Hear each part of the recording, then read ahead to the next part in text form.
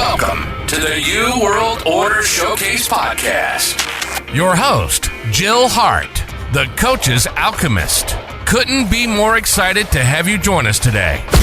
On this podcast, we celebrate the champions of change, the up-and-coming life, health and transformational coaches who are fearlessly stepping forward to make a difference in the world. Get ready for inspiring stories, practical tips, and powerful moments that will motivate you to make a positive change in your life and those around you. We're happy to have you join us on this incredible journey as we dive into the world of life, health, and transformational coaches who are lighting up the path towards a better tomorrow.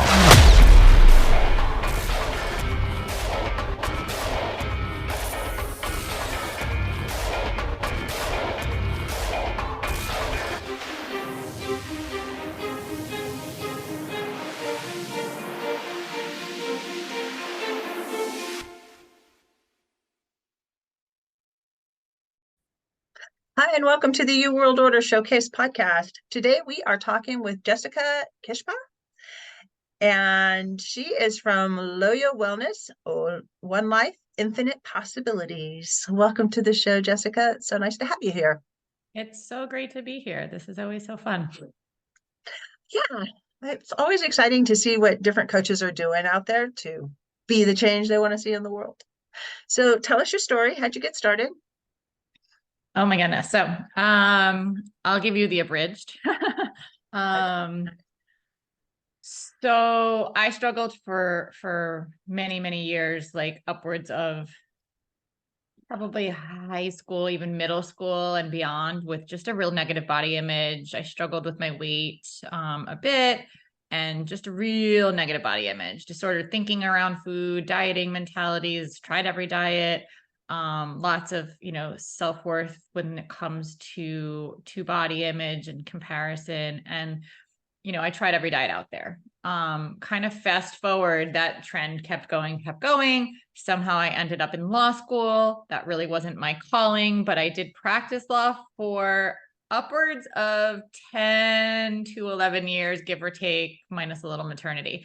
And kind of in those last few years of law, I was burnt out. I was unhappy. I was like, this is not what I meant to be doing. I'm getting married. I want to have children. It was a lot of things happening for me. And I also really was tired of the body image and the negative self-worth and the diets. And I was like, I just want to look great and feel good about myself from the inside out. And so they all came to a front, kind of personally, career, physically, professionally. This was all kind of happening over the course of a few years. And I was able to work with some other professional coaches and realize there's a lot of mindset that went behind a lot of my struggles, a lot of, emotional attachment to food, emotional eating, lots of disordered thinking around food. And a lot of that all kind of came to a front for me as I worked through that personally. Professionally, I started to redevelop, I would say, an interest in nutrition and helping others and wanting to serve, the greater good. And, I got into law for that reason too. I was a prosecutor. I did help victims of crime, but that wasn't my calling. And so long story short. So I did go back to school. I became certified as a holistic nutritionist. And then I really started to dive into the mindset component of that. So I love working in emotional eating, binge eating, overeating, mindless eating, dieting behaviors. That's really my specialty. I am now a certified mind-body eating coach, nutrition psychology counselor. So that's my passion. I've been doing that. Gosh, it's been 5 or 6 years already since I've been practicing, and it's been amazing. just working with women who share my struggle, but also have others, and, really able to build something for myself, which is fulfilling. It's makes me happy. It makes me balanced. It keeps me,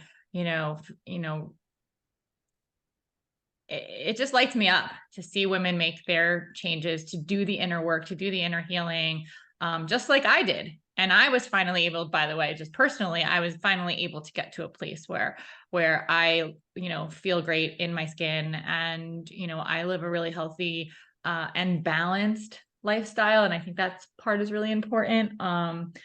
And, it was a personal, professional career, but kind of transformation for me. So I feel really good about it. And I feel really great about helping women in their space and in their journeys and in their mind, body, eating challenges and transformations as well. How do you feel about like becoming a different person as you go through these processes? So interesting. So, I did a lot of personal development work in my journey. And I think it's like you have it in you somewhere. And I don't know if you become a different person per se. But I do look at situations differently. I react to situations differently. I treat others differently in terms of like kindness and respect and patience. And, when you're controlled by your emotions, sometimes that sort of gets put to the wayside, and maybe it shows up with more, I don't know, frustration or anger or resentment, or, and of course that also leads to our eating behaviors. But so for me, and then growth, and then age, and, there's a lot of things. So do we become a different person? A little, but also maybe these are just qualities that need to be dug out and like allowed to flourish and allowed to be to become, so to speak.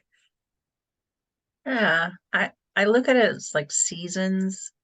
There's different seasons in our lives. Nothing ever Absolutely. stays the same. You're either growing or dying.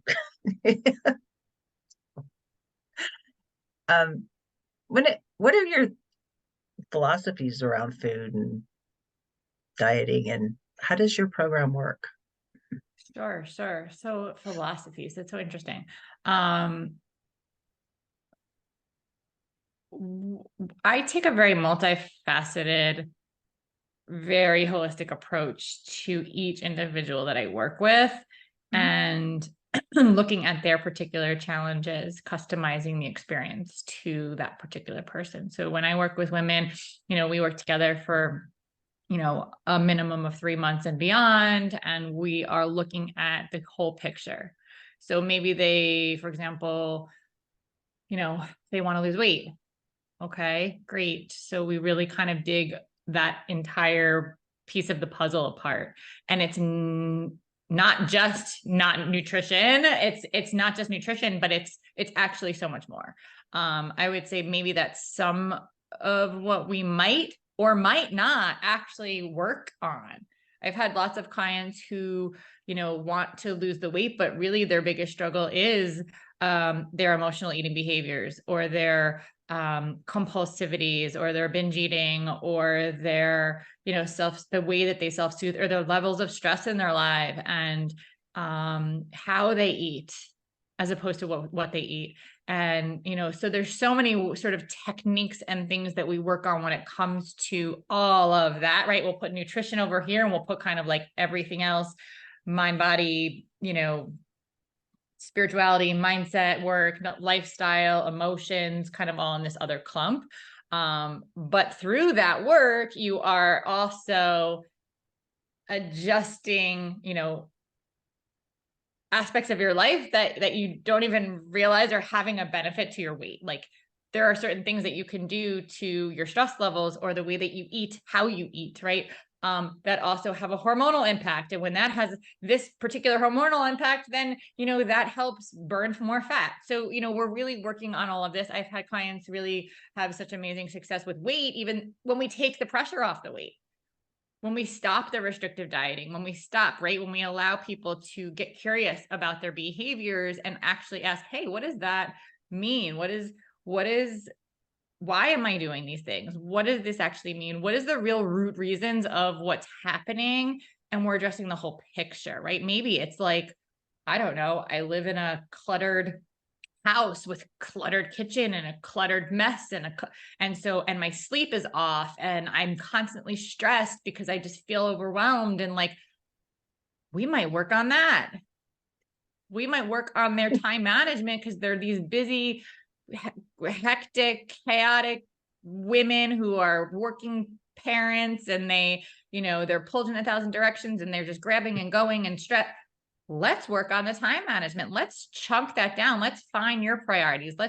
What are your values in life? Like, what is life calling you to be and do? And when we can get a better picture of that, there's so many wonderful things that happen with women. So I would say, just to answer your question, it's not one philosophy per se or methodology, but we do take a very larger view in terms of looking at lifestyle choices and emotions and behaviors and habits and things of that nature. I've long believed that excess weight is a symptom. It is not the problem in and of itself. Almost everyone who is overweight is struggling somewhere emotionally, stress. Our emotions drive so many chemicals in our bodies that it's just like, if you can't get that under control, you may as well give up on the whole lose weight thing, because that's not happened for you, honey. But that's just my philosophy. there's a lot that goes into it. I mean, there's a lot, right? And I think that's why it's important for women. Well, I work with women, but for people generally, right? Mm-hmm. Not to, to learn how to not compare to others, or to, you can get lost on the Googling and the what new fad diet is out there. And honestly, what works for one doesn't work for all. And at the end of the day, if you're restricting your diet and you're doing some sort of quick fix, it may work for you in the short haul, but is that your lifestyle for the rest of the life? No. That's why there's a crazy statistic, which is, 96 to 99% of people who have ever been on a restrictive diet will gain the weight back within 2 years. And more. So, and then some, of course. Yeah, of course. So maybe you're that 1%, but that's just not, the odds are not in your favor in that respect. And so when I teach women how to live a healthy, happy lifestyle, I don't mean that in oh, let's live a healthy, happy lifestyle. Truly, how do you live day in and day out, living a healthy, wonderful, happy lifestyle? Find the things that you're joyful in and passionate, what lights you up, right, in your life. What, how's your job? How's your relationships? How's your hobbies, your interests? What is your stress level like? What is your nutrition like? And how can we optimize that to make sure that you are living a healthy lifestyle? Are you moving? What do you find joy in? It's not just do this strict thing, eat this, don't eat that. How are you enjoying your food, right? There's so much to it. It's very, very multifaceted. And it's not even just people who are overweight that would come to you. People that are, underweight could come to you, because those people are struggling with wellness issues also, or people who have, unreasonable expectations of what their body should look like. Those people need help too.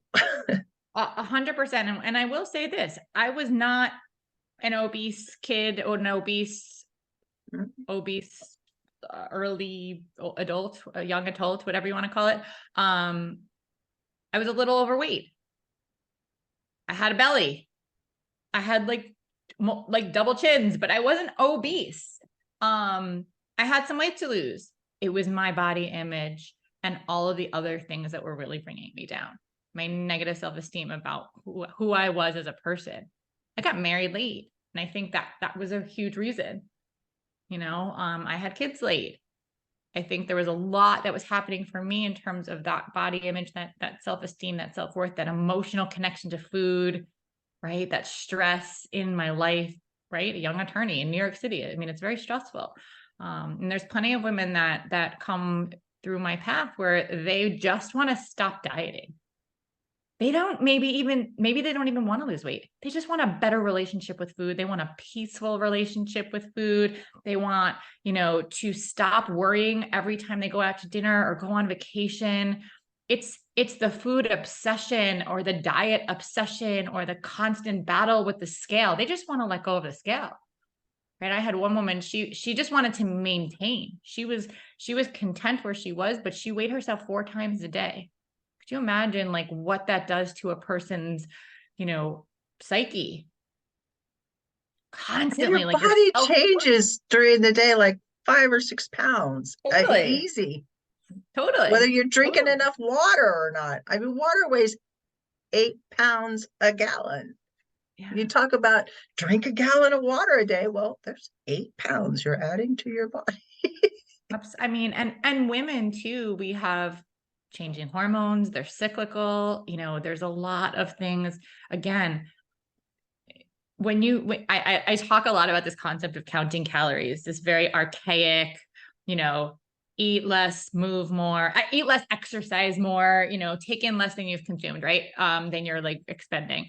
And it is outdated because it's purely a scientific laboratory analysis, and it doesn't take into consideration hormones, which play a huge role. And I'm not just talking like female to male hormones, but that is one of them, right? Hormones, emotions, which then also contribute to our hormone levels, which contribute to our fat burning capabilities, i.e. stress, right? Gender, our sleep patterns. There's a lot that our behaviors, our habits, we're all unique. And so it's really important to see each individual as unique and look at their whole picture, look at their whole lifestyle, look at, I just can't say it enough. It's not just eat this, don't eat that, and everyone can go on the same diet, so to speak. It has to do with the way you work too. There are a lot of companies out there that have rolling schedules where people are working days and nights or just nights. If you work that kind of schedule, it throws your whole body off. And you might not even think about it until, a couple of years down the line, and you're like, gosh, I keep gaining weight and I don't understand why. And I think I'm sleeping enough hours, but you're not sleeping during the times when your body needs you to be asleep. Like our bodies are designed to be asleep between like 2 and 6.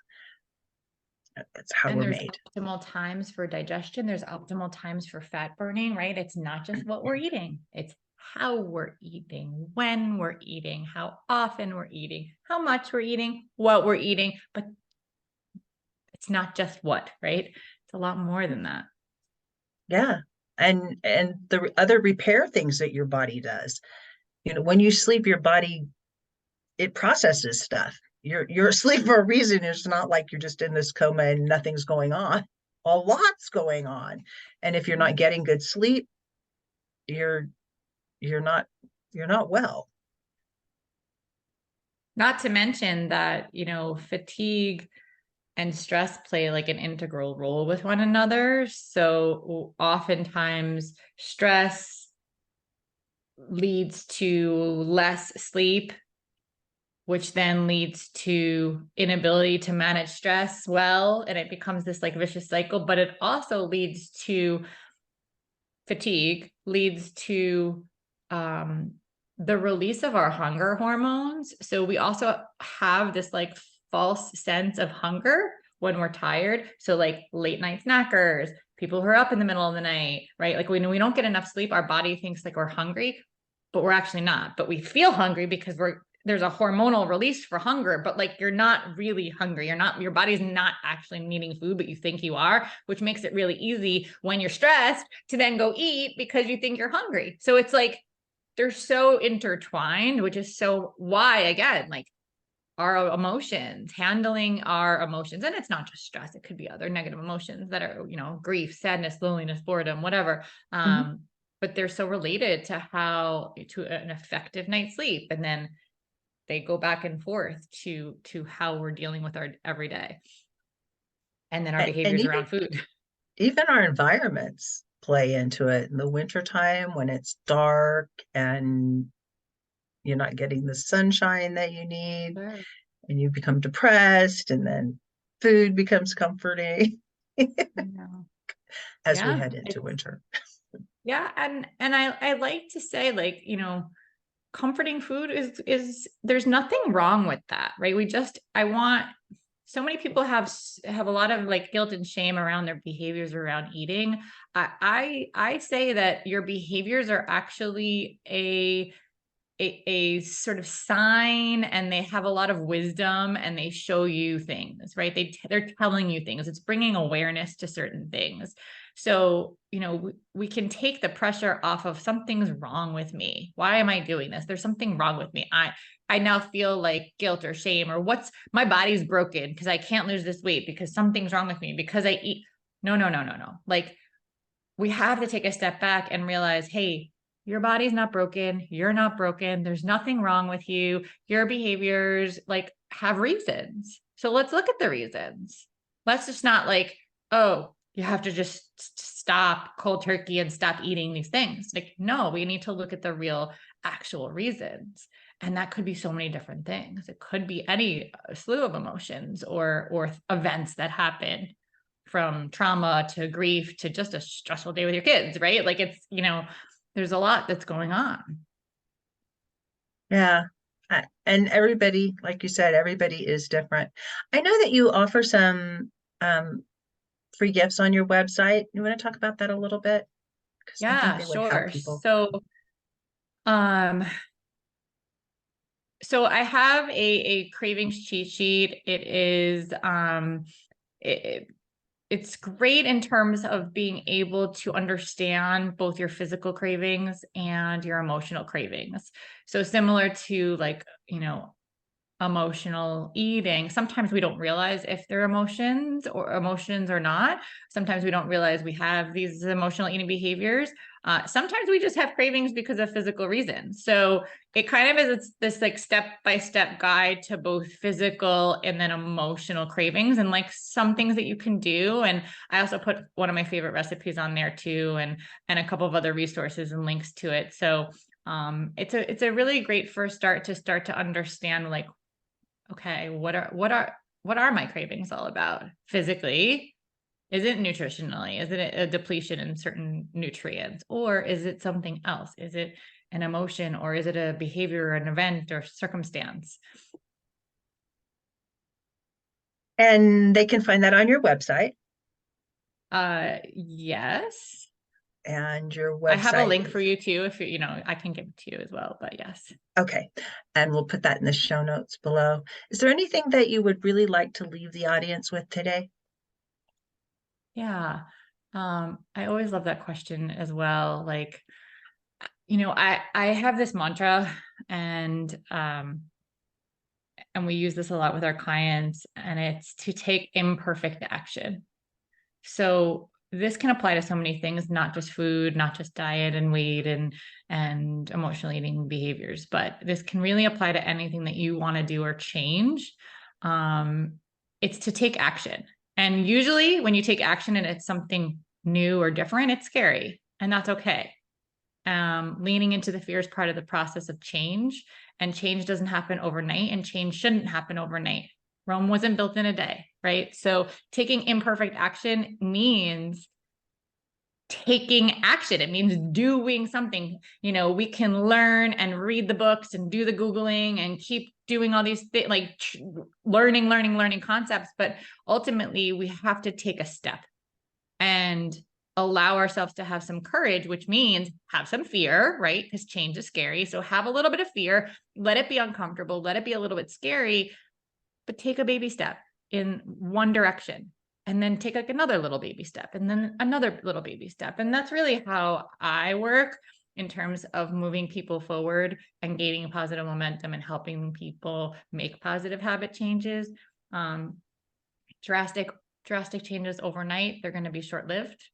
So instead, why not take small baby steps and little imperfect action steps. So that way you can build new habits and be able to keep moving forward instead of, 5 steps forward, 10 steps backwards, and like never actually move forward. Right. So take imperfect. I love that. Imperfect action, messy action, I like to call it. Sure. Yeah, absolutely. It is messy. And it doesn't have to be perfect. You just do something, move in that direction, and stand there for a minute if you must. But and it can be in anything. It can really, apply to anything in your life. If you think about the things that are keeping you stuck and holding you back, and the reasons that you're telling yourself are usually just reasons up here. They're usually just, stories that we're telling ourselves in our head. But when it comes to it, rip the Band-Aid off, take a little baby step, put your pinky toe in, take a little bit of action. Yourself a better lie, as Rosa Pierce says. Thank you so much for joining us today, Jessica. It's been amazing. Thank you so much, Jill. I appreciate your time. Thank you so much for tuning in to another empowering episode of the You World Order Showcase podcast. We hope you've enjoyed hearing from our incredible life, health, and transformational coaches who are making a profound impact on the world. Remember, change begins with you, and you have the power to transform your life and the lives of others. If you want to take that next step and unlock your true potential, visit thecoachesalchemist.com, where you can find the 3 ways we can help you for free to spin your talent into gold with clarity, a system, and a plan. Don't forget to hit the subscribe button so you never miss an inspiring episode. And if you enjoyed today's show, we'd greatly appreciate it if you could leave us a review on your favorite podcast platform. Your feedback means the world to us and helps us reach more people with our positive message. Stay connected with us on social media for updates, behind-the-scenes content, and upcoming guest announcements. You can find us on Facebook at the You World Order, or simply visit thecoachesalchemist.com.